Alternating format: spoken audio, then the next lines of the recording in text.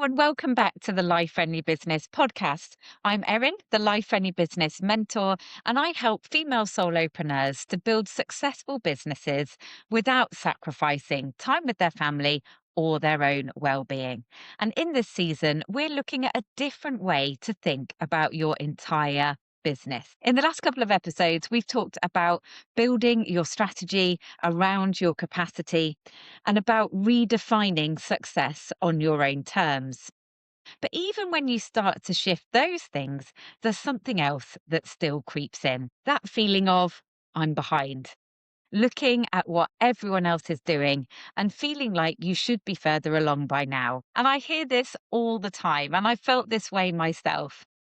Women saying I should be further ahead. I feel like I'm behind everyone else. I've been in business for X amount of years. I should be further on by now. But here's the thing, behind who? Behind what timeline? Behind which version of success? I remember this so clearly from when my boys were really little. I would be with them, trying so hard to be present, pushing them on the swings at the park, wanting to be in the moment because I felt like that's what I should be doing.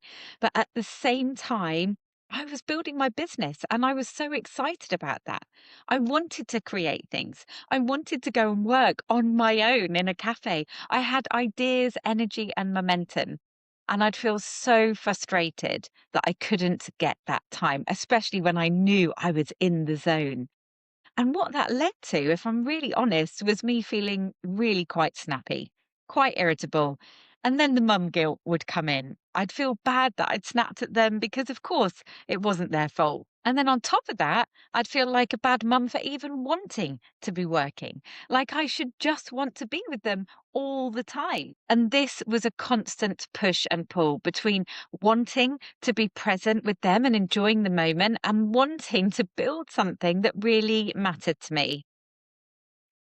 And to be honest, it left me feeling really dissatisfied all round. Like I wasn't getting it right in either place. And I think what shifted for me over time was acceptance. I realized I had a choice.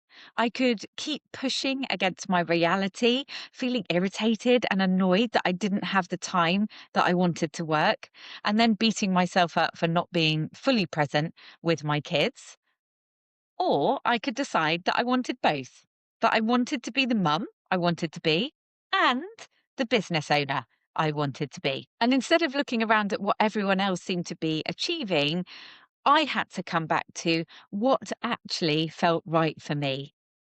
And this brings us back to our three jars of beads, my lovely analogy where we talk about our capacity. And you've got your business jar, your family jar, and your you jar. And there are only so many beads to go around. Each bead represents time, energy, and capacity. And when your children are little, more beads are going into that family jar. But it doesn't mean that you're behind.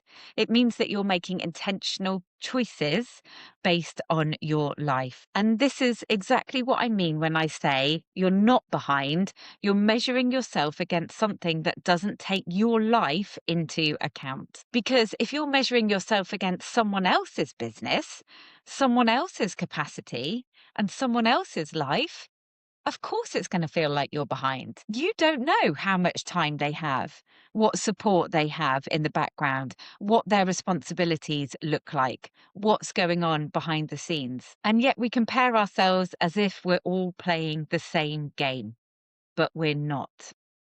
We are all building businesses alongside completely different lives. And when you build your business in a life friendly way, your timeline is going to look different because you're not sacrificing everything else to grow faster. So, what if you're not behind?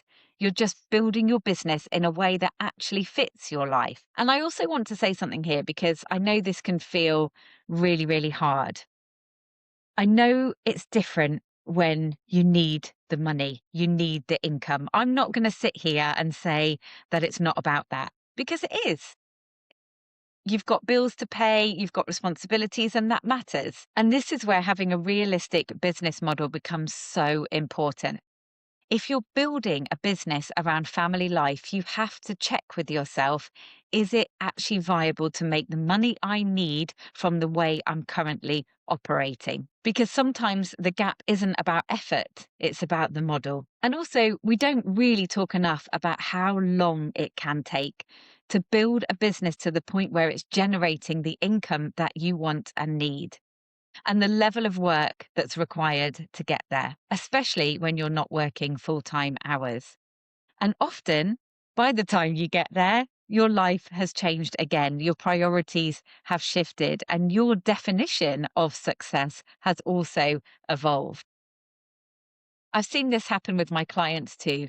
One woman I worked with realized that even though she absolutely loved what she did and the service she provided, she simply didn't have the capacity to do everything that was required to build the business side of it.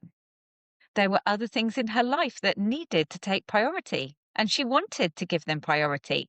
And that was a really honest decision. And that's the key point here. That is her choice. And this is your choice. Because this isn't about telling you what you should do. It's about helping you make decisions that actually work for your life. So instead of asking, am I behind? Start asking, does this pace work for my life? Does this direction feel right for me? Am I building something I can actually sustain? Because when you understand your capacity and you define success on your own terms, you no longer need someone else's timeline. So I want you to think about this. Where are you telling yourself you're behind? And what are you measuring yourself against? And if this is resonating with you, if you're ready to stop second guessing yourself and start making clearer, more confident decisions in your business, then the Cocoon is where to start. It's my membership for female solopreneurs who want more clarity, more focus, and a way of doing business that actually works for them. You'll find the link in the show notes. And remember, you get to do this your way. See you next week.